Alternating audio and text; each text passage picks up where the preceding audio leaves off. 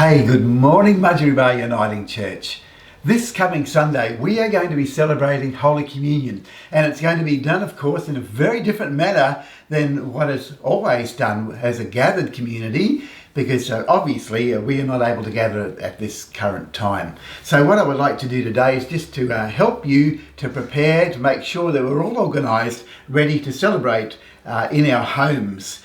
Now, of course, obviously you're going to need some very obvious things like having a glass, or you can just use an ordinary glass, or you can have a wine glass if you happen to have one of those. Or, of course, the other thing is you could have a little glass like we would normally have, but I doubt very much that you'd have one unless you kept one as a souvenir, accidentally, of course. So then just an ordinary plate or so. I have my pottery ones here, but you just have an ordinary plate. And then, of course, we need the actual elements, the bread and the wine. Now, I'm sure that you would have something at home, perhaps just a loaf of bread or a sliced bread that you have. Take a slice of bread and have that available on the plate.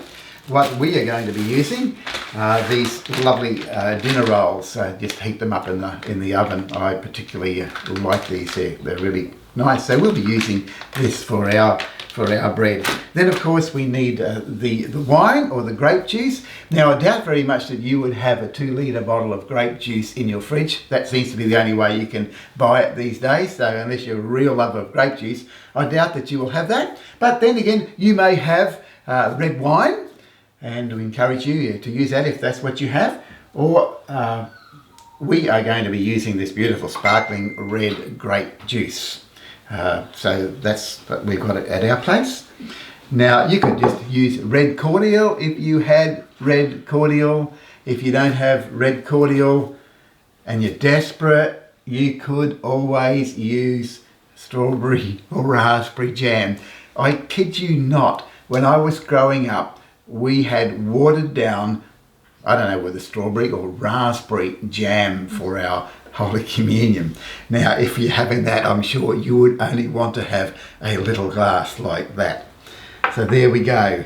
If you don't have the red cordial or whatever, if you need to use even just water, that's fine.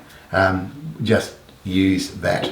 Okay, and so then when we come to celebrate communion, we invite you, when I raise and break the bread, for you to do the same. And when I take the cup and raise the cup, for you to also do the same. And then to share the elements if you're in a family group, or just to have them on your own if you are on your own.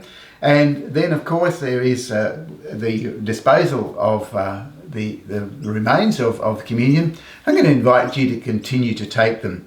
You know, I know we only have a little tiny bread and a little cup when we're celebrating communion, but the early church would have had a meal of it. In fact, if you read 1 Corinthians chapter 11, Paul actually challenges the church, because when they had gathered for their Holy Communion to celebrate the Lord's Supper, it was a bit like the Event Cinemas Seniors Morning Tea. Some were coming and eating the food, and others were going hungry, and some were even getting drunk. So yeah, we are only going to have smaller amounts than that, of course, but we invite you just to finish off what you have reverently and celebrate the Lord's death and what he has done for us in his sacrifice on the cross for us, in his broken body and his shed blood. So there we go. We hope you'll be all ready for us on Sunday morning as we celebrate communion together, even though we are in fact quite separated.